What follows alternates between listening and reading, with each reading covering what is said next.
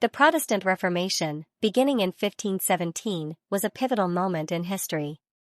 By the early 16th century, the Catholic Church dominated Europe both religiously and politically, but was marred by widespread corruption. A notable example was the sale of indulgences, where people paid money to reduce the punishment for their sins. Martin Luther, a German monk and theologian, became increasingly disillusioned with the Church's practices.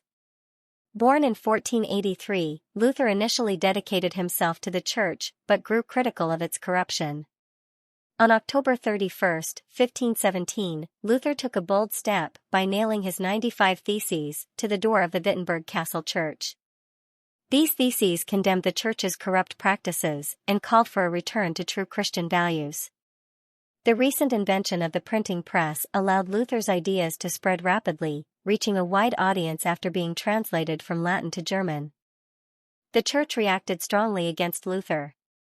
Pope Leo X demanded that Luther retract his statements, and when he refused, he was excommunicated in 1521. Luther was also summoned before the Diet of Worms, where he famously declared, "Here I stand, I can do no other." This marked a definitive break from the Catholic Church.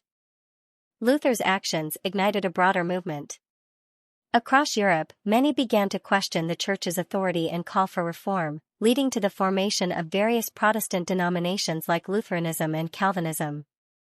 The Reformation had profound consequences, sparking religious wars and conflicts, such as the 30 Years' War, and reshaping Europe's religious landscape.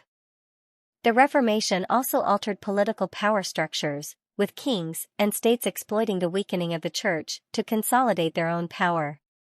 Its legacy endures today, promoting religious diversity and freedom and encouraging people to read and interpret religious texts for themselves.